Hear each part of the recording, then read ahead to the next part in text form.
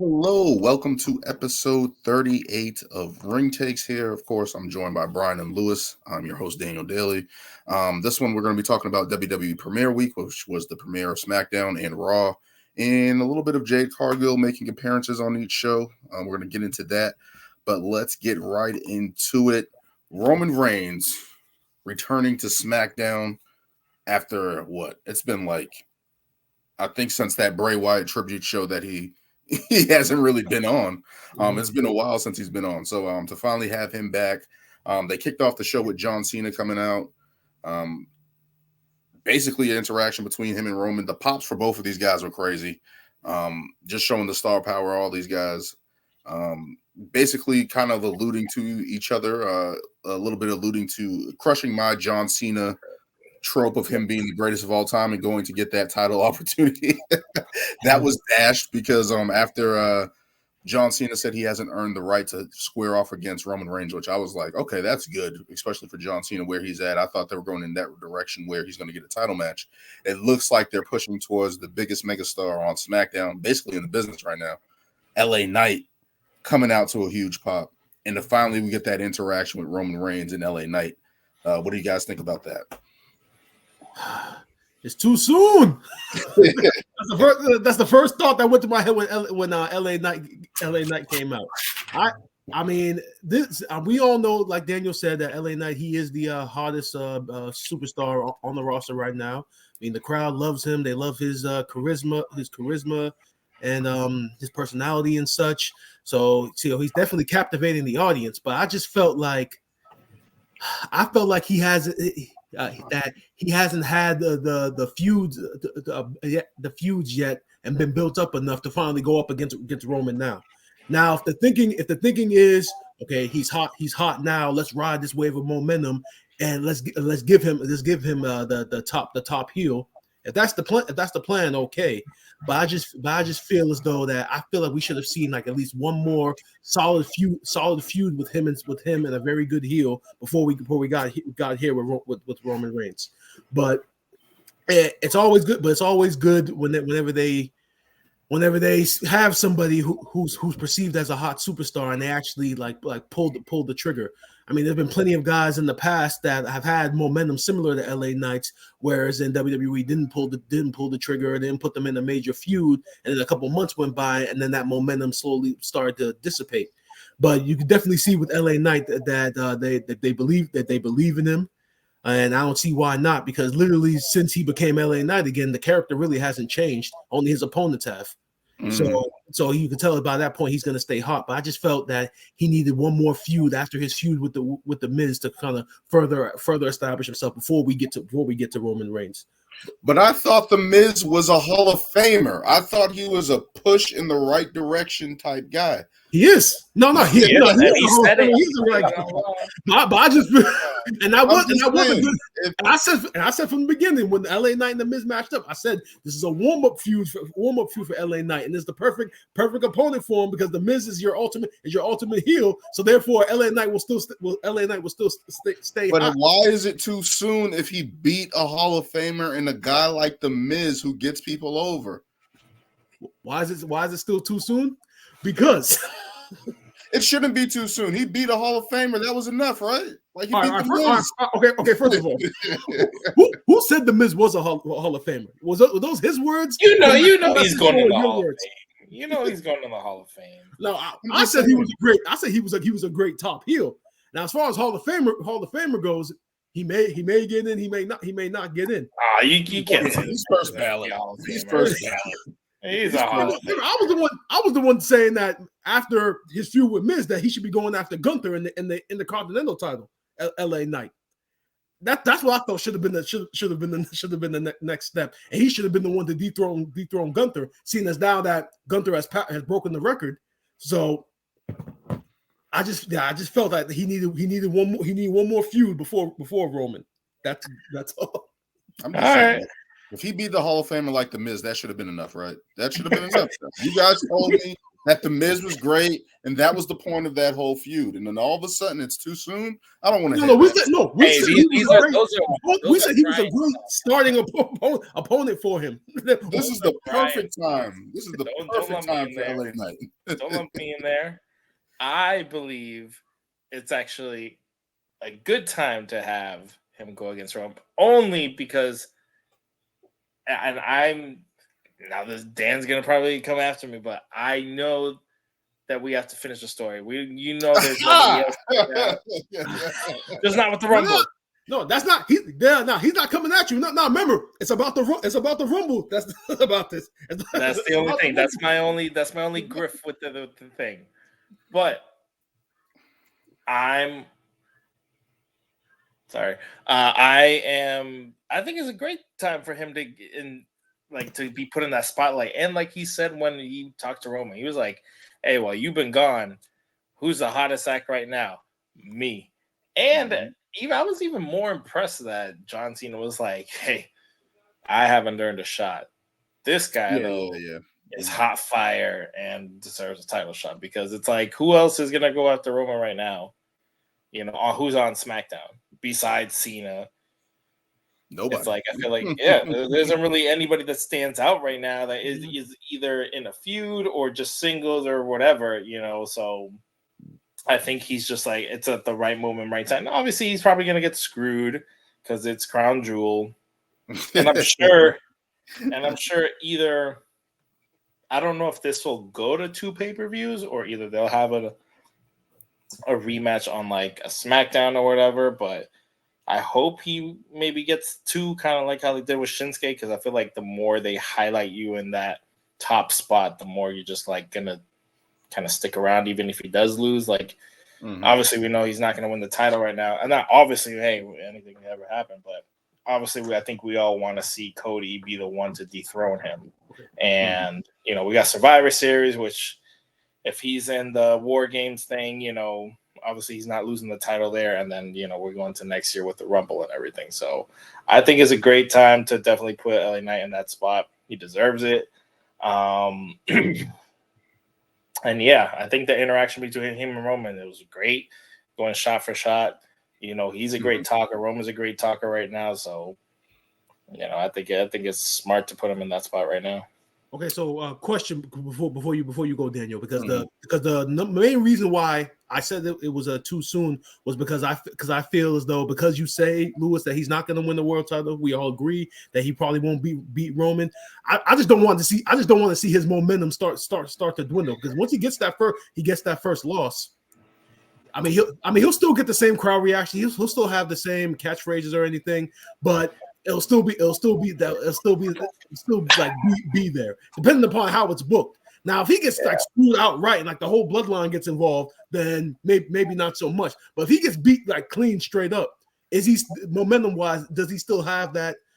Does he still have that positivity going for him? Yeah, if he loses clean, I think that's gonna hurt him a lot. But not necessarily. It's Roman. It's Roman. Exactly, and that's literally all it is. It's because it's Roman.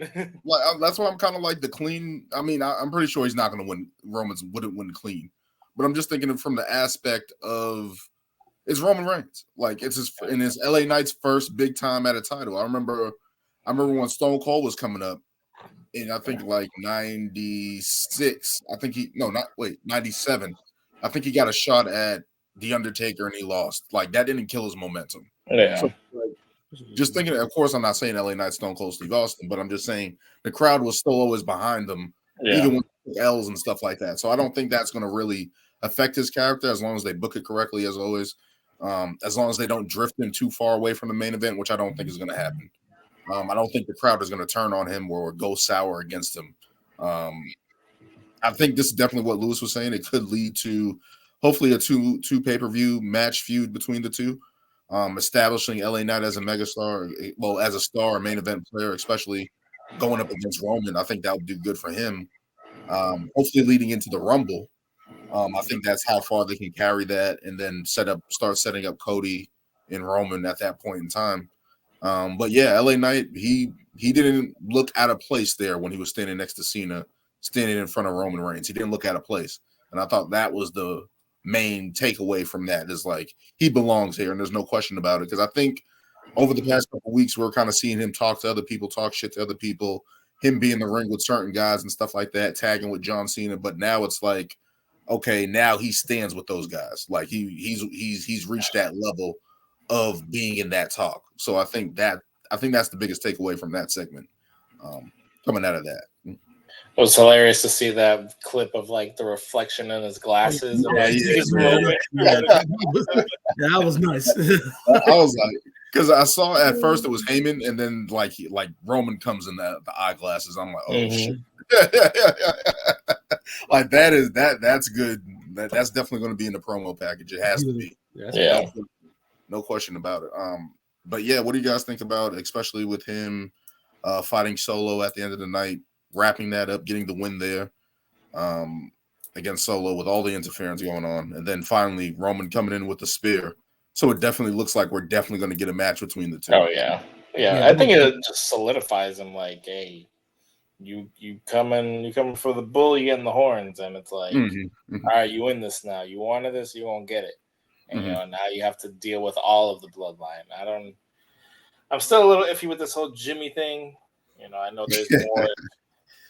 What do you guys? Yeah, how do you guys also feel about that with Roman Reigns kind of checking Jimmy a little bit now that he's back and stuff like that, kind of telling him don't use yeet, like don't do that. Little interactions were funny. I thought that was cool. But what do you guys think about that? It's just. Sorry. Let me go ahead. My whole thing about it is like, dude, this is the same guy who was the initiator of the first person to actually initially leave the bloodline when he super kicked you, and now here we are months later, and it's almost like you totally forgot about that. And I mean now he's back, and you didn't. And not once did he allude to anything that previously happened about Jey, about the title match he had against Jey, and about how Jimmy said, I don't want you to end up like Roman Reigns, and Roman didn't even confront him about that to say, well, what did you mean by that? That you didn't want him to end up like me. So that's the only negative I'll take from it, is because, you know, with me in these storylines, there has to be continuity between them. And when you don't have that continuity, sometimes things get confusing. Because I was waiting for Roman to confront him about all of that and ask him, like, why are you back? Why are you here? Why should I accept you back? But I guess it was just we already got past all that off camera. So literally no explanation. It's just like, I think that was kind of answered a little bit with the phone calls with Paul Heyman, right? Like every single time Jimmy did something, he was on the phone calling Roman Reigns and stuff like that. So if you think of it from that perspective, he has been okaying Jimmy tagging with Solo, hanging around Paul and Solo for the past couple of weeks, almost a month now. So from that standpoint, I can see where it's being addressed a little bit, where Roman's like, all right, we're better to have him than not to have him. And I think that's the person. Even when they had their little interactions backstage, I feel like even though Roman's giving him like, oh, handle those tag titles, handle your brother and stuff like that, he's still using Jimmy to do his bidding a little bit, like still do his bidding. And I feel like that's the place where Roman is going to try to keep him at. Like, yeah, that makes sense for like Roman to keep him around to use. Yeah. But the thought process of why Jimmy is still in the bloodline is the only confusing part. Yeah. Like, you said, no, we got to take him out. Boom, super kick. Then you cost your brother the title. I don't want you to be like him. But I guess, yeah, you screwed your brother, and you were like, hey, if you're going to be mad at me, super kick me. And that's exactly what he did. So then it's like, why are you now like, well, he's gone, I guess I'll just be bad again. I took out like a couple weeks ago. I'm interested to see where it goes. They should have just listened to my booking plan, but hey, I want to be the tribal chief. Yeah. Like that would have wrote itself. That would have carried you into Survivor Series, and it would have been crazy. But wherever they're going with this, obviously there's some type of inter-brand going on, especially with everyone crossing shows. The brand split doesn't matter. as we've come to learn. Only for the tag titles. Yeah, only for the tag titles. As long as you're interfering on a tag title match, I guess we can transition into that because it all ties together. The Judgment Day tag team chancing game. Woo! I thought it was a good match, beating Cody Rhodes and Jey Uso on Raw, with a little assistance from Jimmy, costing his brother, super kicking him, costing them the titles. What do you guys think about that interaction, especially Judgment Day now back on top? Obviously, we know it's setting up for War Games. It's definitely going to happen. But is Jimmy on Raw now because he had a red shirt on? That's the thing that's throwing me off, right? Because even Jey Uso with his gear, the blue pants, I'm like, what is this going on? Like, what is going on here? Like, I don't know, man. Yeah, there should be no more mention of any type of brand split, like, or trades, because it doesn't even. Trades I'm fine with because we'll talk about it a little later. But trades I'm fine. To be like, oh, you're exclusive to Raw or SmackDown, yeah, but it's like, no. It's like this guy's over here running Rugshaw. You guys know how it works. I mean, the Bloodline has immunity; they do whatever. Because Roman's been champ for 3 years. So when it's the Bloodline, I'm kind of like, okay, it's whatever. Forget the brand. It's Roman Reigns. So, yeah. But as far as the flip flopping of the tag team titles go, I mean, this has been a pattern for the Judgment Day right now as far as the titles go. Because first, Dom lost his NXT North American title one Saturday, and then he regained it back on Tuesday. Now we got the tag team titles going through the same situation. It's almost like they're trying to prolong this storyline with the Judgment Day until like Daniel said, we get to a war game. So it's pretty much going to be a lot of back and forth. They got the title. They'll have the titles, and they'll not have the titles. Maybe another team will step up, or another combination of the people, the baby faces in this feud. I mean, now we'll talk about it, but now Kevin Owens is on SmackDown, so you have to see what role that's gonna play moving forward. But from a future standpoint, I actually like that Cody and Jey aren't tag team champions anymore. And the way that they kind of told the story with Jimmy as the one trying to costing them. I mean, we saw on SmackDown Roman pretty much telling him, I'm the quarterback, you're the second string. I make the plan, you follow the plan, and obviously the plan was to keep Jey and Cody off of SmackDown. I mean, you saw face to face that Cody and Roman had, which I want to say on a side note, production wise was probably one of the best face to faces I've ever seen because. They had Roman's music in the background, and if you listen to Roman's music, like they like switch between camera shots between first they show Roman, then they show Cody, and they're like right on beat with Roman's music, and it's just like you got the biggest baby face, you got the biggest heel. They're gonna collide at some point. So I love that. And I'm just saying, just want to interject here. Since he doesn't have the tag titles, how is he gonna get the SmackDown? See, he can trade himself. He can trade him. Let's go. It's starting to lean in that direction. The fact that they had the face to face, they lost the tag team titles. So you have to. If you want to see it, you're gonna have to see it in another way. All he's got to do is tell Nick, "Hey, take me." Okay, and you can take half of SmackDown's roster. That's a good boom. There's WrestleMania. That's a good solo, Fox. Hey, we're just gonna have two people battle for the belt every week. Oh, random question. Random question. We had a standoff recently, and I'm trying to remember it. Where it wasn't it? Was it Judgment Day standing towards it? Wasn't it like Sami, KO, Cody, and Jey, Cody? Well, that was the standoff, right? Yeah, that was a standoff. I think. Okay, so do we think? Well, now that Kevin's on Raw, now I guess it's SmackDown. like SmackDown, whatever. So who do we think is going to be in War Games? Is it going to be a Bloodline? Well, now that the Judgment Day has the titles, what is it going to be? Bloodline versus Judgment Day War Games, or is it gonna be, whatever Sammy? I think it's gonna be a Cody, brand. Jay, and cross brand because you have to. Because you have to with the Judgment Day. It's gonna be Finn, Damian, maybe Dominic, JD. Maybe that's why they're keeping JD McDonough out. Because that's 5, right? It's 5 on 5, right? Yeah. So I'm trying to think like. I don't know if Roman's going to be in War Games. I mean, I know there was some years they did War Games at NXT 4-on-4. So they have done it before. So if they can go 4-on-4, I mean, I think I'm just trying to understand where like this War Game feud, and then probably have Jimmy and Solo with those 3. I don't know. I saw a poster that we're going to talk about it in our next segment, but potentially Drew will join the Judgment Day as the 5th member in the War Games. So that's something that I've been thinking about as well, because I saw the picture and I'm like, it makes sense with all the tea leaves they've been dropping, but to keep it on the bloodline and Jimmy basically doing Roman's bidding, right? Like he told him to handle that. He handled that. Like that's the first thing he's done right. Yeah.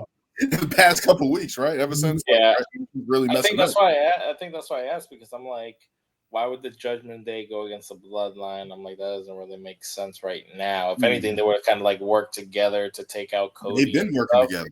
Exactly. So that's why I'm like that. Like that, unless they teamed up and then they fit, but it's like who's joining? Unless Cody like goes on this whole like recruiting thing and like, hey, you want to be on my team? Blah blah blah. Like presidential campaign. Hey, he's Mr. America, So, but yeah, going back to the tag titles, it's just like, again, I've been preaching this forever. Just split up these damn titles. We have many tag teams, huh? We did get Pretty Diddly back on SmackDown. Yeah, we got the Street Profits. The Brawling LWO. We got Alpha Academy. It looks like they're slowly building it, and I'm like, this should have been already concrete. Already, we got the New Day. We got DIY is back. We got. It's just like there's so many tag teams. It's the teams are there.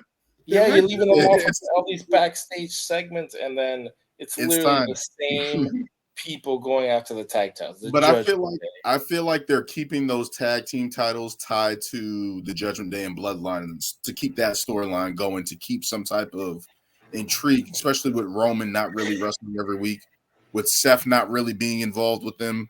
So I feel like they're trying to keep those tag titles there to keep some type of animosity between the two. We're going after the tag title because it isn't like someone's going to go out and then challenge Damian Priest for the Money in the Bank contract. Yeah. You know what I mean? So it's like they need something to keep them conjoined. Yeah. I don't know. It's just I don't know. These tag titles have been held to prisoner for too long, and it's just like, what do they even mean at this point? It's like, are they really the tag titles? Like, we are getting good matches. You know what I mean? But the same people. Look at it. I mean, you see the chat. How long-term booking? LTB. Long-term booking. Yeah. Long term. Like I said, how many combinations have we gotten of the Judgment Day with Sammy, Jay? It's been all summer. Matter of fact, where's that photo that I sent of every combination of every Raw main event for the last 2 months? I've been pretty much the same combination. It's like a 3-man, 6-man tag with Dominic Mysterio, tag team match, tag team. That's what it's been. But I mean, who's running this? Teddy Long? Jesus. Hold on there, players. We're gonna have a tag team match with The Undertaker.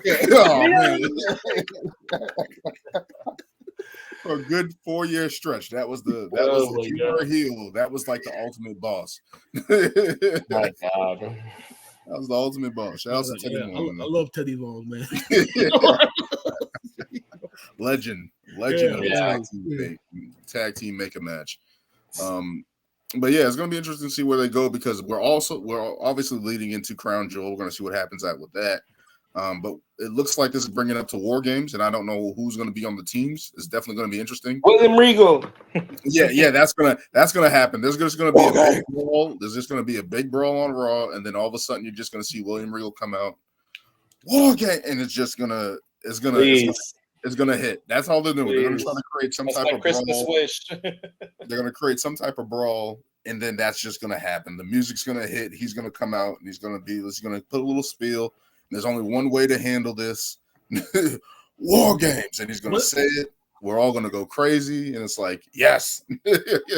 Whenever they do that, I hope they are in the right city. Like if they're in like a hardcore wrestling city, like just have him come out and don't have him say anything for like a good minute, and just crowd react because everybody will know. Because everybody will know what he's about to say. Just give him, don't let him say nothing for a minute, and then just pick up the mic and say War Games. Yeah, he's got to say, "You're gonna settle this in War Games." All I keep thinking about that is how they can set that up, because I remember when they had the 6-man Hell in a Cell WWF title match, and Mick Foley basically saying they're going to be in the Hell in a Cell and stuff like that. If they can build it up to that type of like chaos, and that's the only way to resolve this, it's going to be great.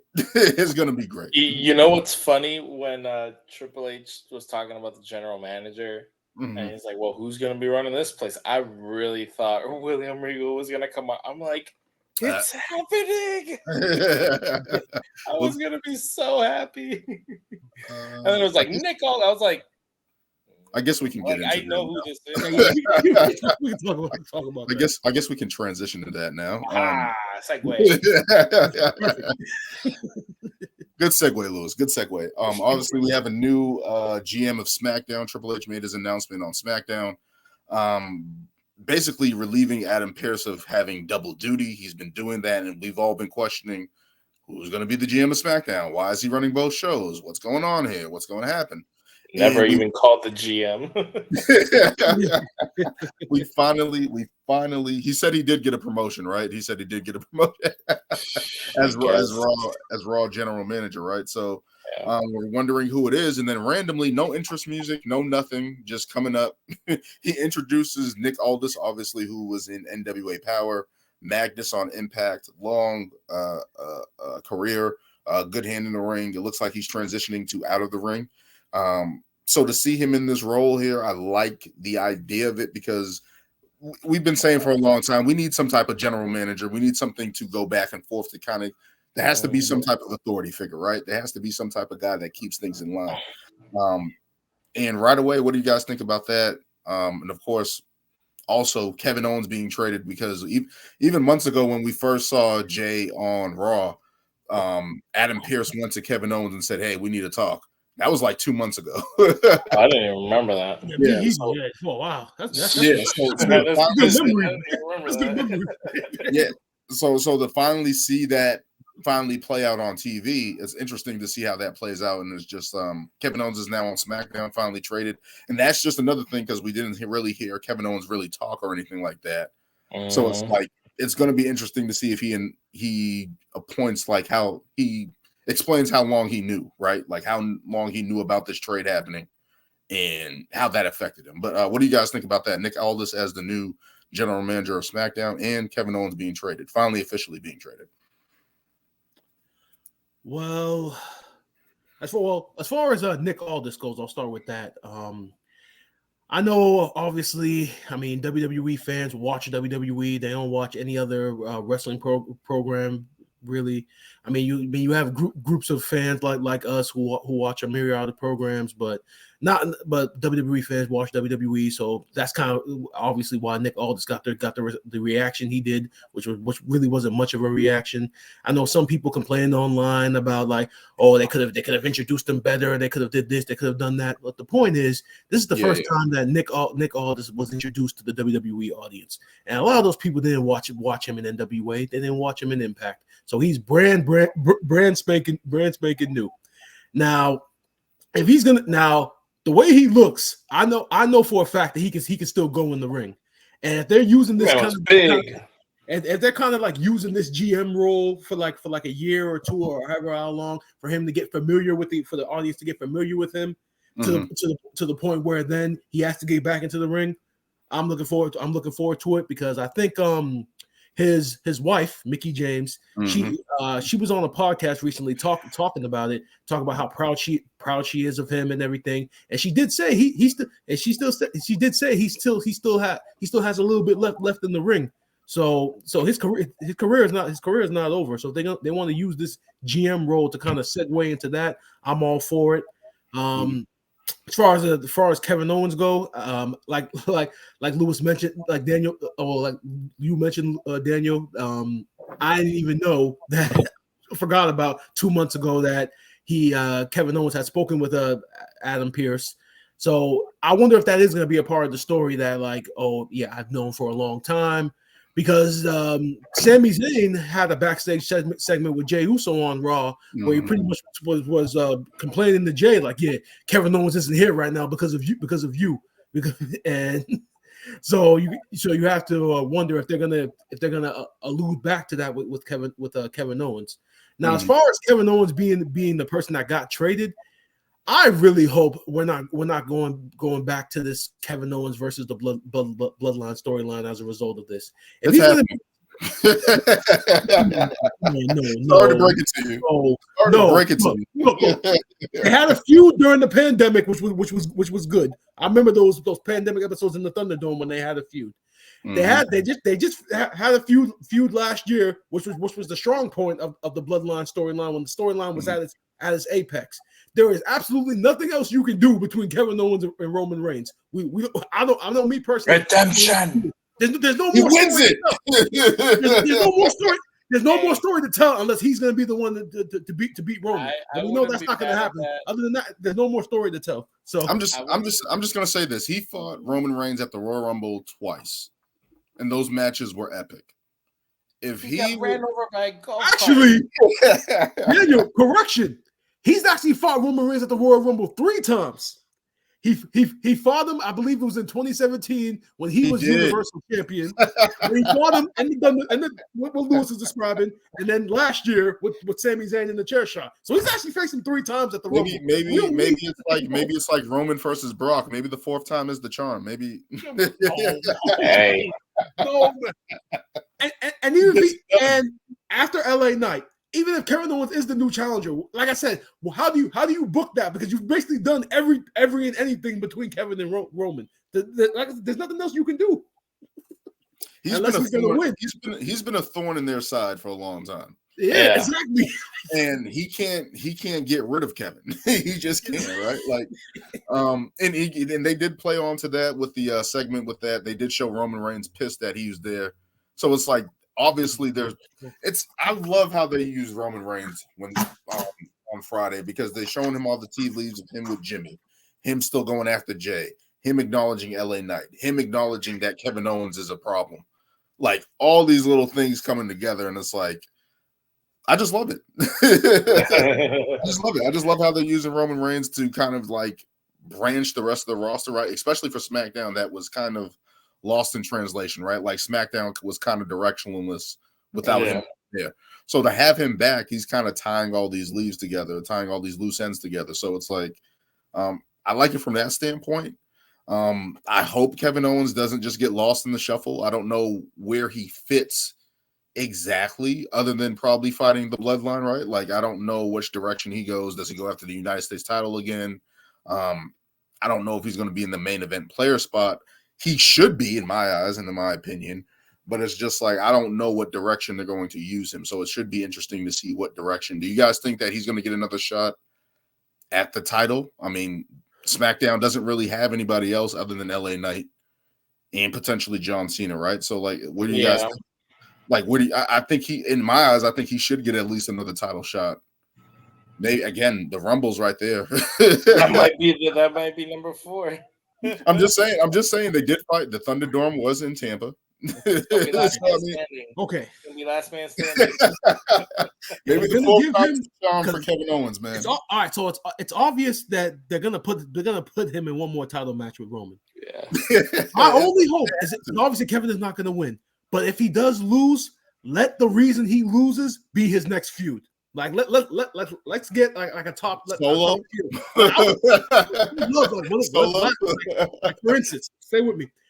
Like what if Lashley got involved and cost Kevin Owens the title? I would love to see a Kevin Owens and Bobby Lashley feud. That would be entertaining for me. To see something like that. And especially if Bobby Lashley's not going to be in the title picture, right? Yeah. But I don't know, why would he help Roman? It might not be to help Roman, it might just be to go after KO. Yeah, he needs a reason. He needs a reason. I mean, Lashley's technically a heel, right? Yeah, I mean, he could just be an asshole. Yeah, he's actually a heel. I mean, I could see Kevin being used for like a triple threat match. Or, I think honestly, if after LA Knight, he could easily be, or it could be like him and Cena versus Roman in a triple threat or some shit like that. Like either at like Elimination Chamber or the Rumble or whatever the hell it might be. But he's definitely going to be another feud for Roman before Mania, for sure. The Thunderdome was in Tampa. Just bring it full circle, man.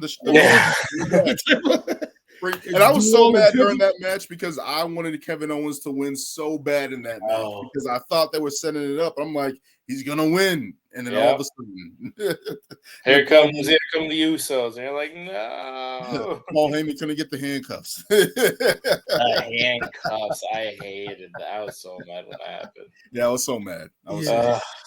But I didn't get to talk about this because the way they set it up, I'm like, Kevin Owens, they did it perfectly, and then they just screwed him. But it's going to be interesting to see how this authority figure is. Nick Aldis, holds as well, and I like Nick Aldis being introduced there because even with Adam Pearce, they both technically former wrestlers, right? Like Adam Pearce was on the indie scene for a long time. Nick Aldis, same thing, NWA, Impact, and stuff like that. So these guys can take a hit. And I feel like that's probably where they're going to play into that. Like these guys can handle themselves at least a little bit there. It's going to be interesting to see how that plays out. Kevin Owens on SmackDown. I love that.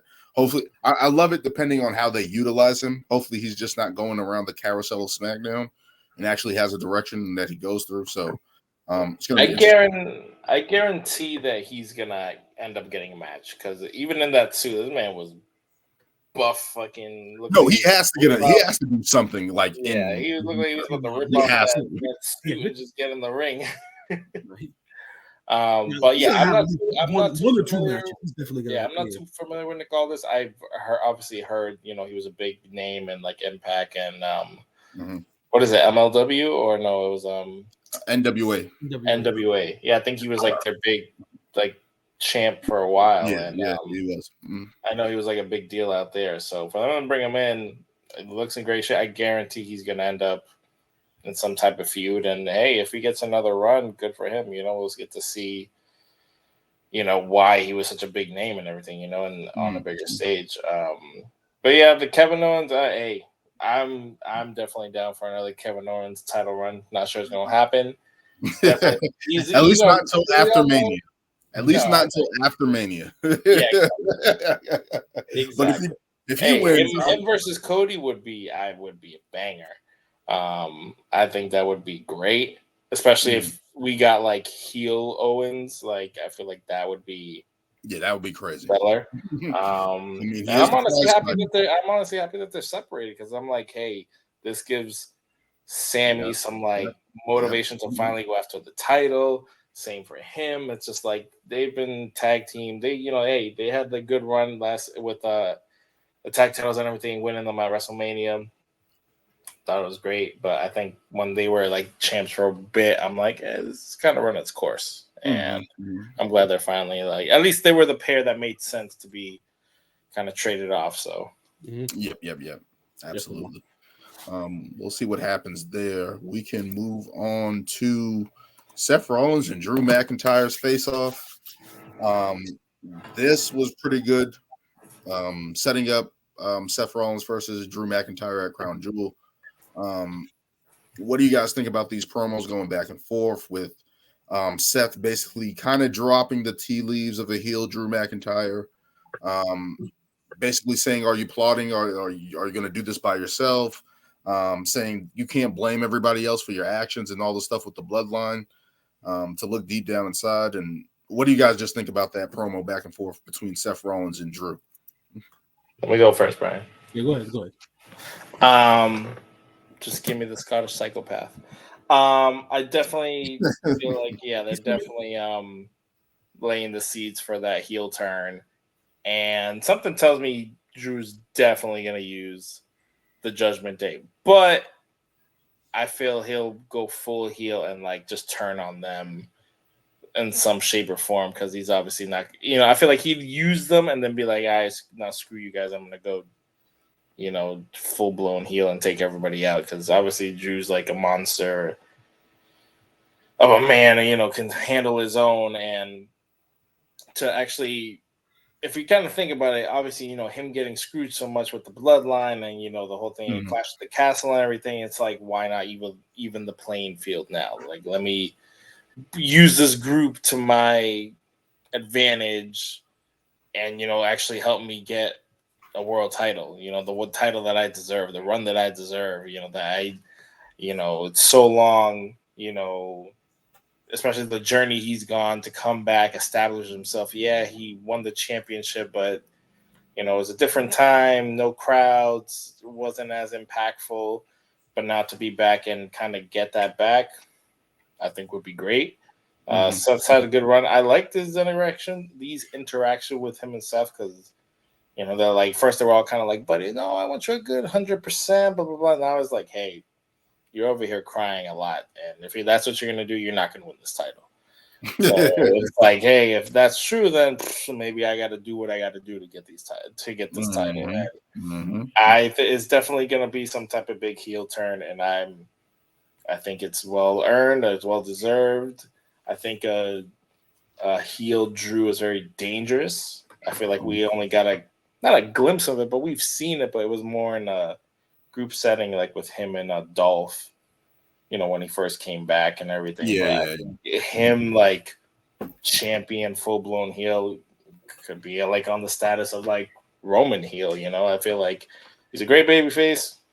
I think he could definitely be a better heel.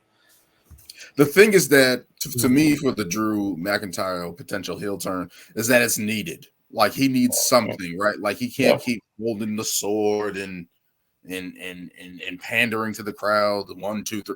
He needs something. Raw needs a heel. He's the perfect heel right now. If it's not going to be the Judgment Day going after Seth again right now, I feel like to put the title on him would be monumental. And I think that's also going to lead to potentially a breakup in the Judgment Day with Damian Priest.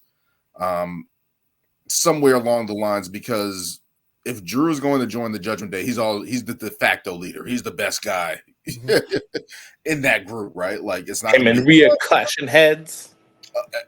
That could be. I don't know if that's going to happen, because they have been chatting. Rhea there, I don't know about that. They've been chatting. Wait, if Drew McIntyre joins them, he's going to be the leader. You would think Comedy would tell you, like, yeah, Drew should be the leader for the title. Rhea has been on a whole nother level since she's kind of taken over as the de facto leader of this group. So we're gonna get into it, but it's like, what do we see on Raw?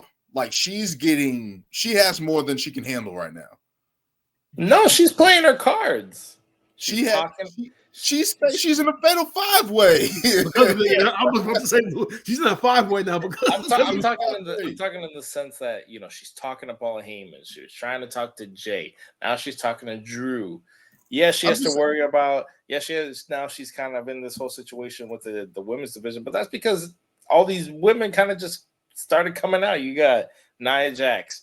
You got freaking Zoe Starks coming back. You got Shayna kind of getting this little push. I'm just gonna say this.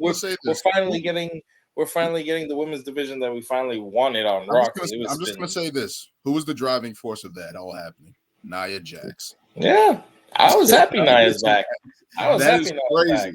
That is crazy to think of that. Like, she brought the women's division really together with just randomly attacking people. Just randomly beating up people. But can't hate on her anymore. I mean, I wasn't, but a lot of people still do. And it's just can't really hate on her from that standpoint. No, she's come back. She's played her role really right. But you know, the one thing that I loved about this stuff, face to face with Seth and Drew, you see it with their backstage segments. You know, sometimes, you'll have like your typical interview, and then like you'll have something going on in the background that like people aren't paying attention to. Yeah. But later on, it'll be on social media. Like, look at this in the background. I love the fact that they actually Seth used it Seth used that and to attack Drew with it. Yeah. Because it kind of like makes you as a fan now, like when you're watching this backstage stuff, like pay attention, because you never know, you might see something because you might see Easter eggs that's gonna be applied to, that's going to be like applied later on, whether it's next week or later on in the show. So I love that they focused on that. But like Lewis said, it's time for the Scottish Psychopath to make a return. He's been a babyface for a number of years right now. Daniel mentioned the loss at Clash of the Castle. I mean, realistically, since he lost that match, I mean, Drew hasn't really been as hot as he was. Like, it's like every month he started to slowly dissipate, and now he's starting to heat back up now, since he started showing some of these heel tendencies. Not heel tendencies. Not helping people. He's just not saving everybody. He's not. He has every. And this is the thing. He's not helping. It's not minding his business. He's minding his business. Everybody watched him get his ass kicked for fucking years. Like, nobody ran out to say. I'm sorry, I'll be a heel too. I'm just thinking about everybody. I'll be kicking ass too. All times I face the bloodline by myself. Where were you motherfuckers running out to help me? And that's another thing too. Now Seth Rollins is like, you're blaming everybody else for your problems. I'm like, wait a minute. Because I had to hold this shit down by myself. I wasn't getting no help. I think that's the thing though, is they were like, you were the ultimate running out and helping you, and you're not doing your babyface duties. And he's like, man, maybe I don't want to be a babyface no more. And I feel like this is where the wheels will turn, and it's like, nah, I don't need to be in that channel. I don't gotta save Kofi every time he's getting his ass beat. I'm just gonna say this. When that heel turn finally happens, I'm gonna be like, he's right. Like the Joker's right. Usually when heels happen and stuff like that, it's usually selfish reasons or jealousy or something of that nature. But in this looking at this, it's like, he's right. He should. Like, fuck all y'all. The Joker makes sense. I was literally fighting 4-on-1 going up against the Bloodline for like months, and they took my title. I couldn't get a shot. I was getting cheated. I tried to team up with Sheamus. That didn't work. Like nah. Like, where's Sheamus? Like, Sheamus hasn't been around. I don't know if he's hurt or not, but he's hurt. I think he's injured. Yeah, but it's just like all this stuff. Like, the Brawling Brutes didn't join up with me. Like I've been battling on my own for years, and then all of a sudden everybody's like, "Hey, why didn't you help me? You kidding me?" That's hilarious when you think about it. Yeah, it's like literally. Usually, the heel is usually selfish or jealousy reasons, but it's like, if he turns heel, it's like, I don't know if we're gonna have a tweener. He was kind of supposed to. yeah. I don't know if we're gonna have a tweener Drew where he's going back babyface and heel and playing all these minds. Maybe that's a different element of a title, a champion that could work. I thought Seth could have probably did that. Probably been a tweener as a heel and a babyface, depending on what he was doing. But yeah, Drew, he needs to turn heel. Screw that. If he wants the Judgment Day, I'm not mad at him. I'm not mad at him, but I do think he's going to be the leader, because I'm like, out of all those guys, he has the most, I just don't see, if he joins the Judgment Day, he's the leader.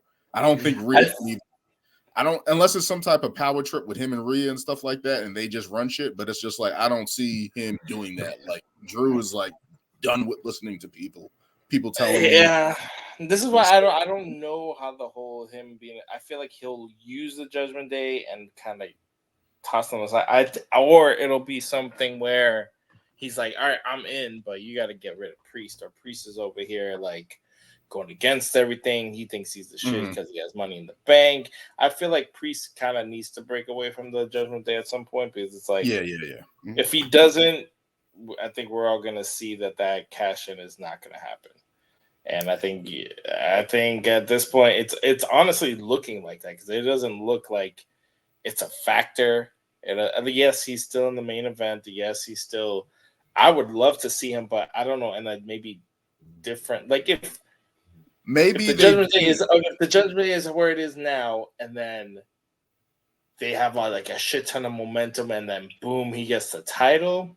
Yes, I'll probably believe more. But if he's just like, oh, maybe it's a way to get back at the Judgment Day, right? Maybe they kick him out or whatever the case may be. Drew is champion. He cashes in on Drew, and that starts their little feud, right? Like maybe that's a way they can do it. I'll be interested in that, but maybe it's just a way that Seth doesn't get cashed in on, or whatever the case. I don't know. It's going to be interesting. It's going to be interesting.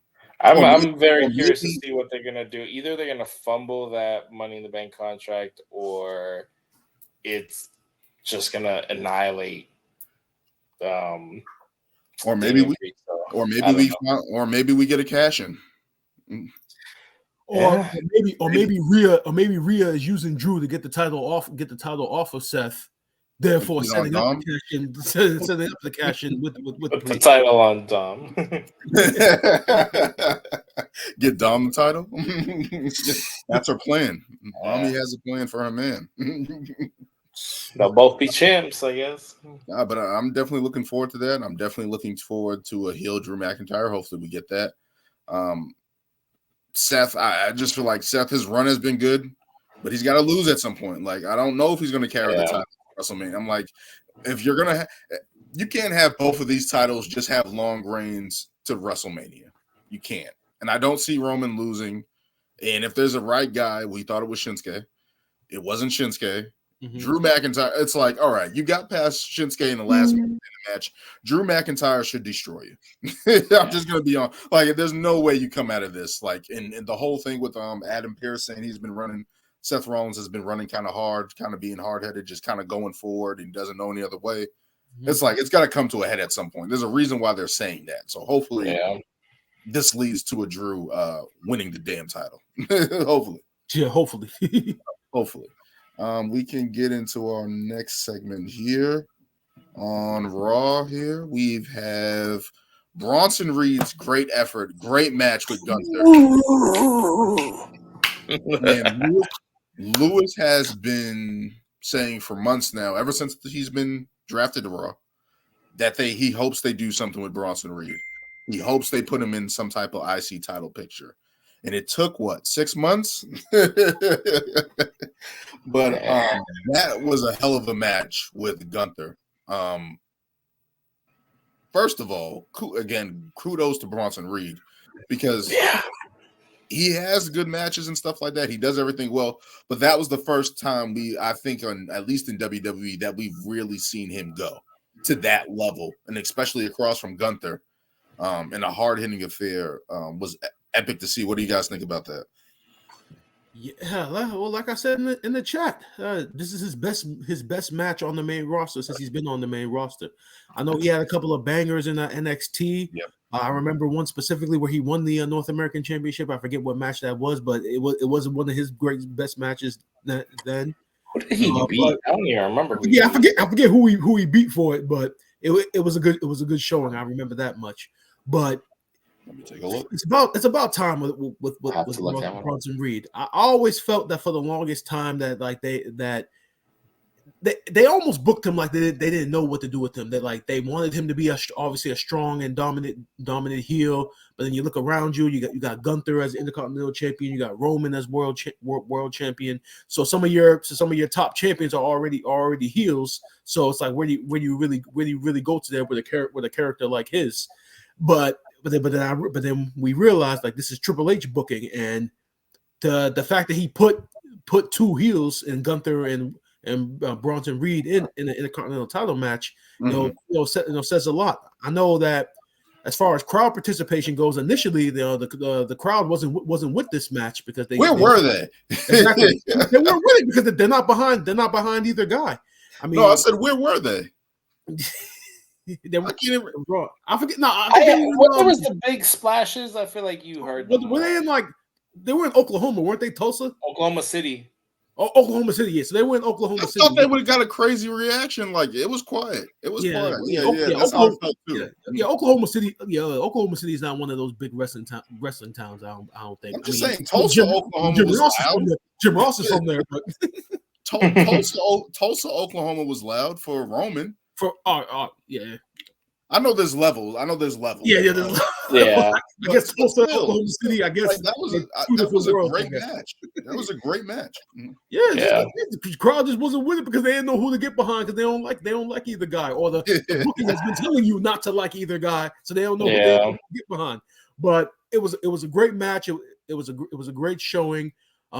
Definitely some brownie points to Bronson Reed for his performance. Mm-hmm. And as far as Gunther goes, they alluded to it in a backstage segment between Alpha Academy and the New Day of Chad Gable, and he, at this point, I think it really does need to be him. Yeah, it's his hour.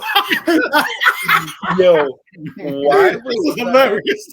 So entertaining. I'm gonna just say one thing. I remember when they put Tozawa in that ninja outfit, and I was just like, how does this guy still want to be with this company? They're literally stereotyping the shit out of him, having him doing all this humiliating and embarrassing stuff. Why the hell is he still hitting with this company? But he literally does make the most out of the he gets. And he ends up being the highlight of the segment. I remember that whole 24/7 title nonsense that was going on that we shitted on. Yeah. Tozawa was like the comedy was the comedy portion of it, and he really does he takes the shit and turns it into gold. So we gotta give props to Tozawa. That segment, I don't know why I was captivated. I was like, what does this man do? And then just deliver like exactly. I was like, yo, he's hilarious. He's hilarious. He's hilarious.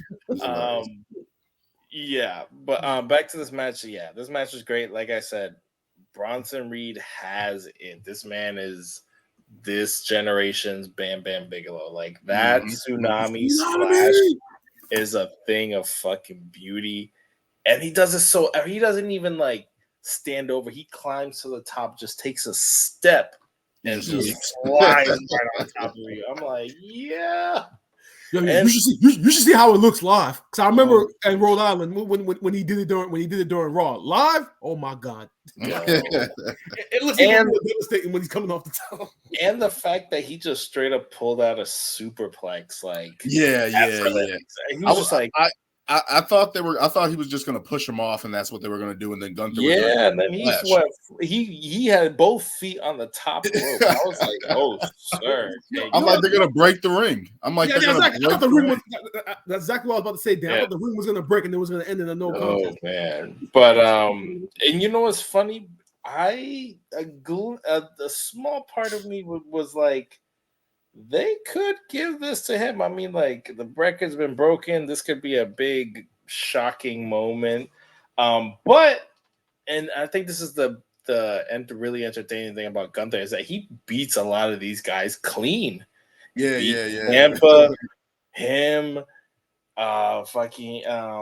Chad Gable, like, he beats these guys clean. He has Imperium, but he doesn't even need them majority of the time, unless it's like. He's like, I like when, and I think that's alludes to a lot of like Triple H's booking because NXT, there were not a lot of interferences. If you look at a lot of the takeovers of the main big matches, it was like this person clearly won, I think that's what is like really will always show like who's the better wrestler. It doesn't always have to be bullshit like Judgment Day coming to help and blah, blah, blah. And yes, it helps the story and everything. And obviously you're going to have more power with a faction, but it's just like for Gunther to legit have a faction and still beat people clean, it's like that's another way of doing things, and it just But I also think shows how that's good you are at the same time. yeah. That I think that's the main thing. It shows how dominant he is and how he does the. And out of all the groups, he does it clean. He keeps his troops in line for the longest, right? Mm-hmm. He holds them accountable. Like he's the guy right now, and I just don't know whoever beats him. Kind of similar to what you guys been saying with Becky Lynch and NXT. Whoever beats him is going to be monumental because we've seen Bronson Reed get in the ring, and it's like we've seen Bronson Reed actually earn his respect after the match, right? Chad Gable has been a thorn in his side. We thought we were going to get Tommaso Ciampa in that role at some point, but nah. So at least Chad Gable and Bronson Reed are right there. Whoever beats him is going to get a crazy rub from Gunther, and it's just like it just speaks to his reign, how dominant he's been. Maybe it could be Cody. Oh no, he's got nothing to do. No. Tag titles. He's not going to SmackDown. Give that to Jay. Give that to Jay. Give him something to do. Hey, I wouldn't be mad at that either. But I don't see Jay beating Gunther. I think because I guess they're both baby faces, but yay. My whole thing is once Gunther loses that title, he has to go in the main event scene. I mean, yeah. I don't know if they're, and this is where the thing with Drew McIntyre gets interesting because what if he doesn't turn heel and he gets a run a little bit? I don't know. I don't know what they're going to do. There's a lot of options that they can do. Yeah. Like I think that's a tough thing because it's like, all right, we know they might be leading to. Well, no, yeah, they got Drew going now against Seth.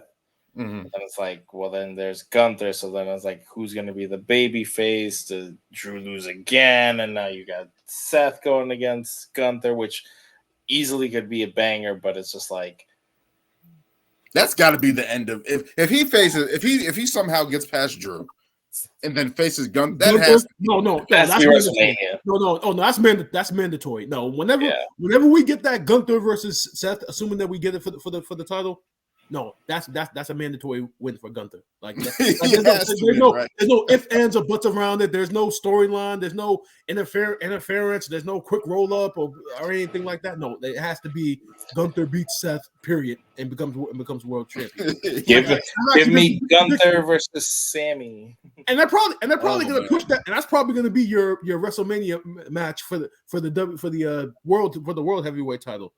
That's probably what they've already brainstormed. Let's get Gunther and Seth at WrestleMania. Like Dan just said, this is the hard part because like now I feel like Raw's so stacked. But that's the crazy thing. But if you do that at WrestleMania, out of nowhere, it's and you got Cody and Roman, and we already know how we want that match to end. I mean, do you really want both of your world champions, even on separate nights, to essentially have their long range per se ended?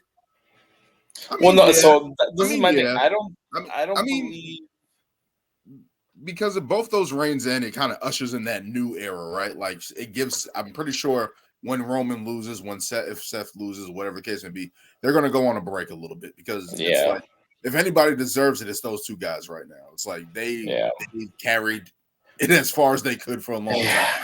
I really hope that Seth doesn't carry the title to WrestleMania because I think it's. I'm not saying his title reign has run its course, but I think like after the whole Shinsuke thing, the whole bad back thing, it's like you can't just like, oh, he's healed. It's like, no, it's been a week. It's been like 2 weeks. Who said it? Not saying they have to follow any like sort somebody of said it this week that someone said it this week that he didn't even sell the injury or anything like that.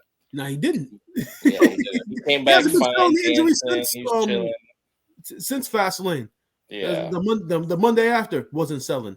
Yeah. So he's been doing this. I don't know why they don't do that anymore. Like they used to wrap the knee when it messed up or anything like that. Like, come on. They used to wrap everything. Because they're a new generation of athletes that heal faster. It's black tape now. The sticky tapes.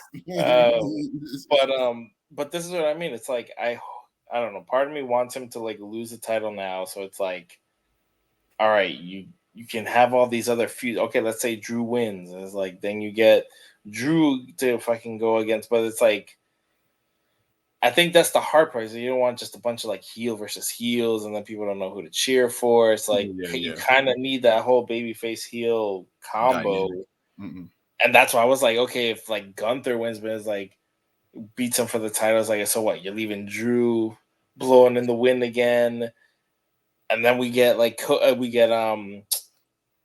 Sami in the mix. So that's why my head was going. It's like, oh, you can do that easily for like a WrestleMania match. Like I think that'd be fire. But it's like, would you want Gunther winning on a bigger stage? I feel like he kind of has earned that. So this is where I kind of like on. There's a lot of ways it can go. Yeah, with a lot of ways they can go because they are going to Australia in February. They're going to need an international guy to be the champion. So that's what I've been thinking a lot. Like, is it going to be Gunther at that point in time? Is it going to be Drew carrying the title into Australia, Perth, even though he's from Scotland? But just to have the other side of the world. Just to have that international flavor. Obviously, that's a Rhea Ripley event. That's pretty much stamped. Isn't Bronson Reed from Australia? Yeah. So I believe so. Or either there or New Zealand close one of them. I think New Zealand, but like it was like Blackwater or something. Oh, actually, if it's New Zealand, then he's gonna get booed. So don't give him the title, guys. In February, don't give him the title. Don't give him the title if he goes to February. But no, it's just. But yeah, just like that's where I'm like they usually try to. We've seen it with Jinder Mahal when they started going to India and stuff like that. So he's coming back.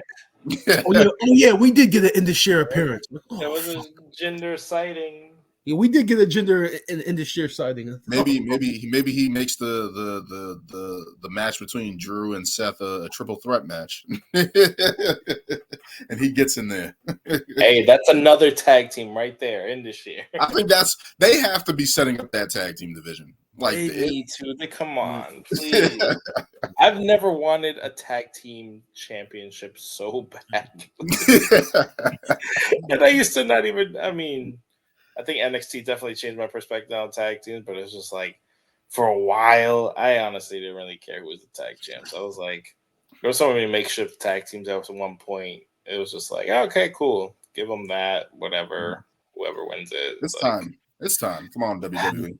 Please. Even with the women's tag team division, Chelsea Green was saying that they think they need new straps or something like that. Yeah. So it's like.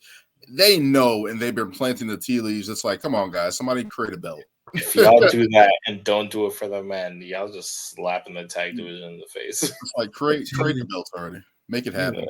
Yeah. More from WWE Premiere Week.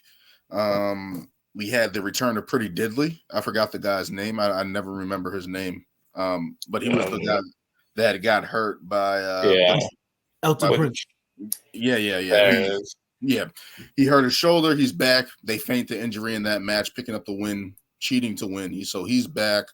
We had the Carlito get attacked by Bobby Lashley and the Street Profits, which is interesting because obviously we're going to get the LWO angle versus the Street Profits again.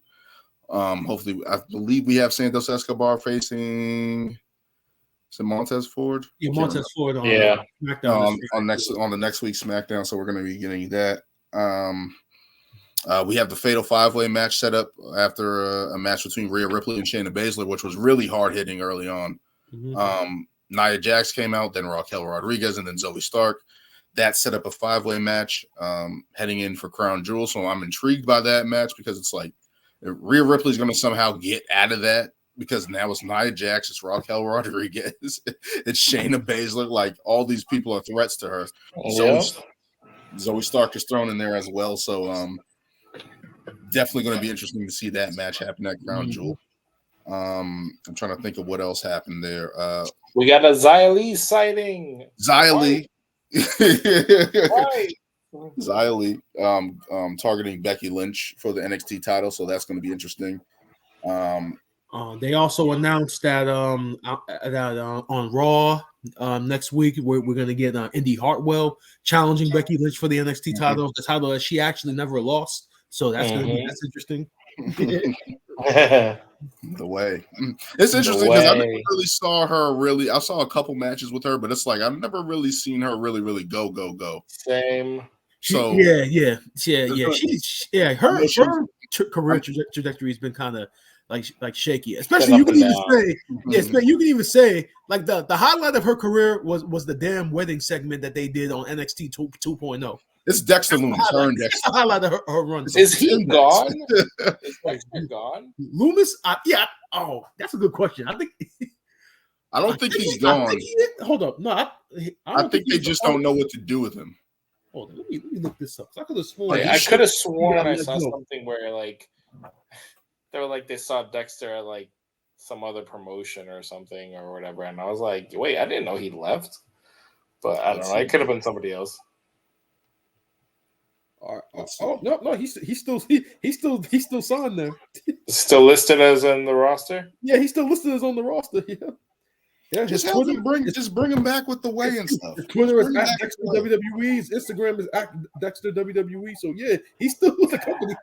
So just bring back the way. Indeed, like give them all something to do. No, we got DIY right now. No, but I'm just saying, have them be a part of that. Like obviously it's DIY, but you could bring back Candice LeRae and they need to do something with Candice. They leave. Just put them in a tag team. That's the tag team, and have them be a part of put her in the tag team because honestly, I think we're about to get into it in the next topic. The women's division is heating up. And, yes, it is. Why not? Because I don't really remember anything else from Premiere Week other than the stuff that we discussed there. So we can change topics here. Jade Cargill making numerous appearances on all three brands.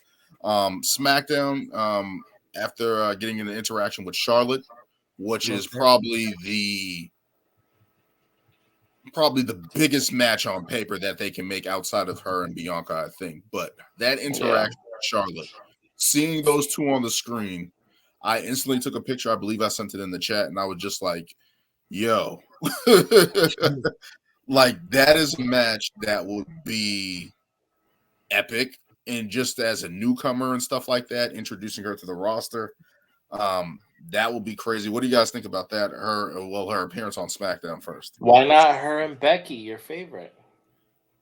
Nah, I don't see it. Well, you gonna see it? Oh man. I'll say this: when she made her appearance on NXT last night via video, and she was doing this. That Dame Time shit, yeah. So that had me thinking that it's going to be NXT Deadline. That's what had me thinking that maybe she's going to make her appearance there. I think that's in December. So I don't know how they're going to stretch that out until then. Maybe they can figure out a way, but it's like she's doing the clock. Deadline's usually the time when they do that reverse beat the clock challenge. Okay. So I'm thinking maybe that's where she makes her appearance. She did cross paths with Becky Lynch on I think it was on Raw. Yeah. That's two Becky Lynch segments because that was basically alluding to the title match between is it Ira Valkyrie versus Becky Lynch? Yeah. Next week. What? Tyra Valkyrie. There we go. Yep. So getting that match next week on NXT. Oh guys, no, Lyra. Tyra Valkyrie is in AEW. So yeah. So seeing how that play out, that is two Becky Lynch segments. So that has me thinking maybe something's happening there where she's going to take on Becky. But yeah, that interaction with her and Charlotte on SmackDown, you can definitely just tell the star power on the screen. I was just like, oh my God. Here's another thing. Here's another thing. We talked about it with Nick Aldis. When Nick Aldis appeared on screen, I mean, wasn't really much of a reaction. I mean, Jade has been getting a pop every time she appears on the screen. So the fans they know her, and if they don't know her, when they see her, they think, oh, yo, she's a star. Mm-hmm. You know, I mean, she looks like money, and obviously she's with Charlotte, so obviously, you know, she's somebody that we need to pay attention to. And I think that was their hope when they initially signed her. I mean, we talked about the initial signing about her. You know, like I said, she's money. She has the look. She has the charisma. Only thing that she had to tighten up on was on the in-ring stuff, which I'm assuming she's been working on daily since she got signed. So And if she is gonna face Charlotte, she should be training with Charlotte every day. that's the first thing I'm gonna say, because Charlotte Charlotte's still wrestling, but I'm just saying in general, or maybe that's where Bianca Belair's been for the past since SummerSlam. But whatever the case may be, if they want her to take that next jump, she needs to be training with those girls. That's all I'm saying. If she's training with Charlotte and she's training with Bianca, we're gonna get some banging matches. What's the name of that? I'm trying to think of the female trainer that works down in NXT. I think her name is like Sarah D'Amato. I think whoever her name is, she trained all of them. Becky Lynch, Charlotte when she was very green. Sasha Banks, all of them. She's worked with all of them, so she's still the head trainer, and Jade's working with her. And then she's gonna be in good hands. But just her making all the appearances. Obviously, you see the star power of her on screen. And I just don't know what they're doing with the teasing. As I said, I thought NXT probably would have been the perfect place for her. But now you see her crossing on to Raw and SmackDown, and the fans acknowledge her. They know who she is. It's like, okay, I can see her going there. But it's like, as I said, they should set her up for the Rumble and then have her just randomly show up on any program challenging for the title. I feel like that probably is the best option now looking at it. But it's like now they're showing her on TV a lot. I don't think they can prolong her not being on TV. Yeah, they can't. I don't think they can do that. If they announced the signing and didn't show her on TV, or maybe they just did that first NXT thing and then just had her off TV for a little bit, maybe they could have done that. But now that she's getting that strong reaction from the crowd, I don't think they can keep her off TV. I'm really curious who her first opponent's going to be. Yeah, I wonder if the initial plan was the Rumble, but then ESPN fucked it up when they released the news that she had officially signed. No, I guarantee they got. No, they wanted to do that because that was from WWE telling ESPN. They wanted that. All right, that's correct. Then they wanted that. That was the plan. Then that was a strategic move to say "fuck you, AEW." Look what we did. That's what that was. That's what that was. I mean, as we saw last week, I don't think they need to be thinking about AEW anymore because the competition's owner is already taking care of all that for them right now. Melting down as we speak. But yeah, just for Jade, it's just like it's going to be interesting to see who her first opponent is, and I don't know if they're going to debut her and have her take a loss. Like if she was going to face Charlotte, no, they can't. Is she going to beat Charlotte clean? If she was facing I don't think Charlotte will be her first opponent. So who is she going to beat clean? Anybody in the division. Natalia.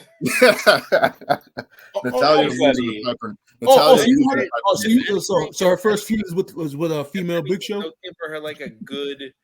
They'll probably give her like the big superstar, like the big monster push, where like she's just squashing people. She could squash. And that's why, in my opinion, she shouldn't be on Monday Night Raw because there's already a heel over there doing that. That's Nia Jax. So that's why I didn't want her. I'm trying to think who could she squash on SmackDown.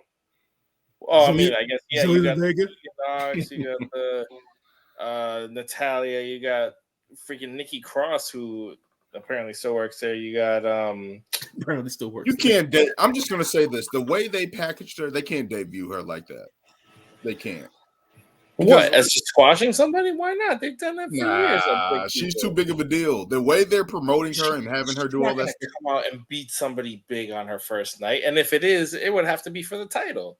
Like a Paige treatment? Unless right after that squash, she got on the mic and was just like, "This wasn't what my debut was supposed to be. This is what you guys give me. This is what WWE is." And exactly. Cuts like that promo to kind of like let the people know like this is who I am. This is I deserve better than I'm this. Just saying, I don't know how they're gonna book her because it's like unless I just don't know who she's beating. If you're debuting her, she can't lose.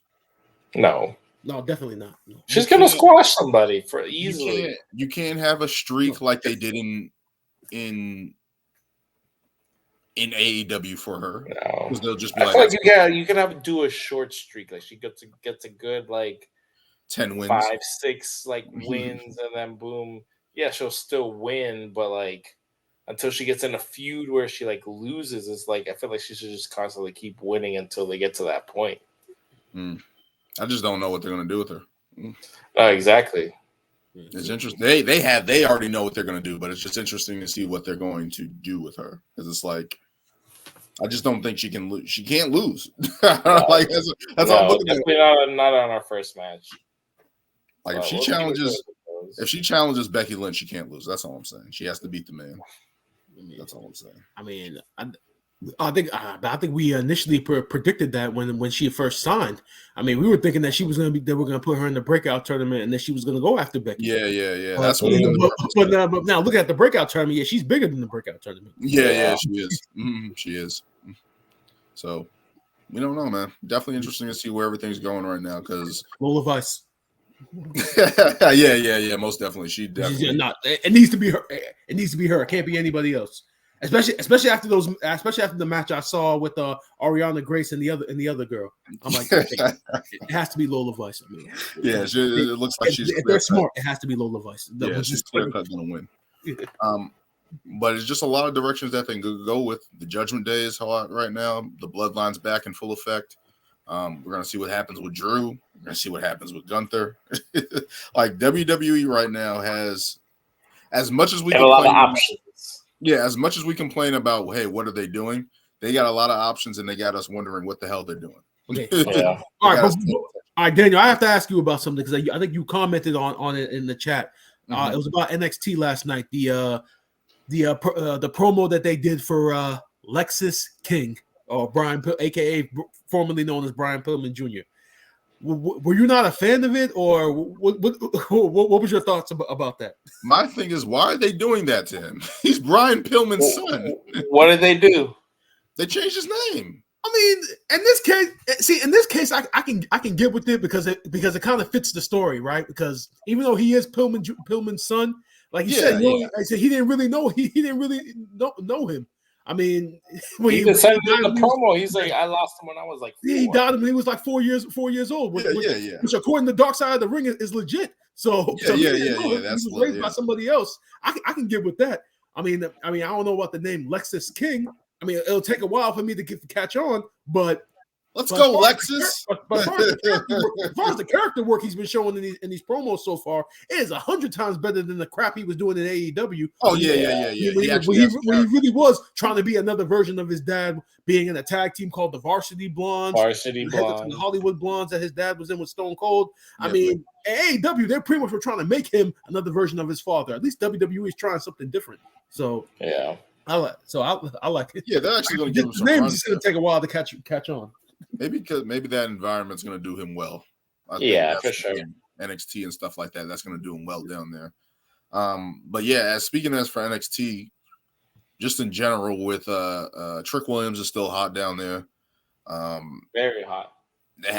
He was supposed to be in the Fatal 4-Way, but it got taken out, and I think that's going to lead to a Trick Williams and Carmelo Hayes feud. All right, I have a question. Another question. Mm-hmm. Trick Williams and Carmelo Hayes, that feud, is it going to be as good as Gargano and Ciampa? No. It has to be a huge type turn and like bad blood. Because I think they're already planting the seeds because Carmelo's all kind of like, yo, what are you doing, man? It's my time to get those title shots and stuff like that. Trick wants his shot now too. Yeah, but we are getting Dragunov versus Carmelo 3. But little tea leaves are dropped there because they've been kind of going at it, and Trick has been like, yo, you've been saying that you're going to go after the title, and I got the North American title. But he's like, yo, it's my time. And he did say, hey, I was where you were a year ago. Yeah. Like we're both trying to make it. But I feel like little tea leaves, Carmelo Hayes had a black leather jacket. And that had me thinking about the barbershop scene with Shawn Michaels and Marty Jannetty. Shawn Michaels had the black leather jacket, and he threw Marty Jannetty through the glass. So I just already think like they're already having little seeds of that heel turn, and hopefully it comes out really good. And now we're going to see Carmelo back as a heel. I think potentially as we get closer to Halloween Havoc, I don't know if he's going to win back the title. I don't think so. Yeah, I don't think so because Ilya Dragunov, I think they need to have him, especially with what he's done in the UK and stuff like that. I feel like they need to have him have a run. Yeah. But I just feel like that's going to set up Trick versus Carmelo and set up that type of feud going in probably until what is their Mania, Stand and Deliver. hopefully they carry it until then, because it's like this is going to be telling, because one, we're going to get a different element of Carmelo Hayes now, and this is pretty much like a test now to see if Trick Williams can hang, and a good hand and a good test to do that with is with Carmelo Hayes. So I'm very intrigued to see what happens with that. Very intrigued to see what happens with that. Mm-hmm. All right. Anything else, guys, on the docket? I mean, no AEW news. I'm just gonna say this about AEW. Whenever I check YouTube for clips and stuff like that with Edge and stuff like that, they're over 1 million. So I'm like, people are checking in to see what Edge is doing still. Yeah, but for sure. They don't want to watch the rest of the show. Yeah, that's what I'm saying. I don't know if that translates to the rest of their wrestling, like their programming. Like, I don't know. Like, I feel like, and especially what they've been doing, I feel like they just swapped out CM Punk for Edge, and he's teaming with FTR and stuff like that. And it's like, I don't know what it was. Yeah, I mean, they're also still watching MJF and stuff too.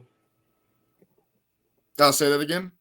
I said they're also still watching MJF too. Yeah, absolutely. But it's just like red hot right now. Yeah, like those two guys, and I'm just like, I don't know if that translates to the rest of their program. Of course, we said we like what they're doing with Tony Storm and stuff like that.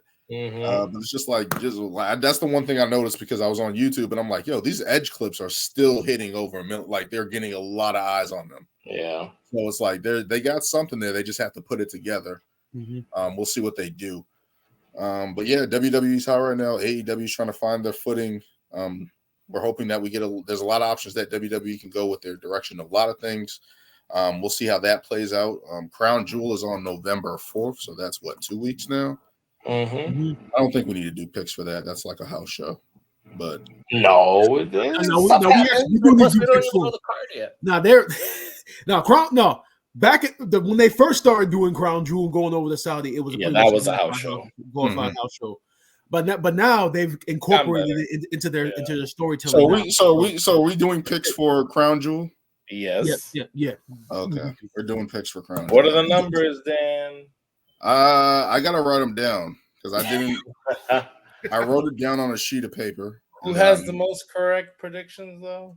I believe you do, but hey, I think Brian gained on you. No, I think Brian gained on at least by a little bit, because we picked Shinsuke to win, and he got Seth. That was the thing. Look, all I know for sure is that me and Lewis are above 500. That's all I know.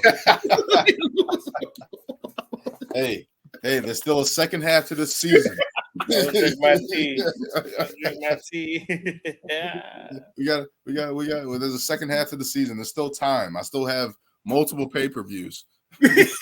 I mean, I would probably have to throw NXT. I would probably have to throw NXT pay-per-views in there to catch up. Yeah. Honestly, like, I think it's just between you and Brian at this point. I don't give up. If I could put on some type of run to make these picks, man. I mean, if we all had the time to like watch NXT every Tuesday, then maybe we could do that. But I know it's a lot. Too hard. Yeah, I know it's a lot. I'll have to throw AEW pay-per-views in there. Like, yeah, right. That would probably be the way I have to catch up, because that's the most randomest shit where I can actually just be like, all right, I'm just gonna pick this guy, pick that guy, and then see what happens. But my thing turned off. Shit. All right, but guys, I'm gonna wrap this one up. As always, thank you guys for joining me on this episode of Ring Takes as we continue on the road to what are we going to say? Survivor Series? Crown Jewel. Crown Jewel, I guess. Oh, God. More picks. But all right, guys. Thank you guys for joining me as always. Send off now. 1, 2, 3.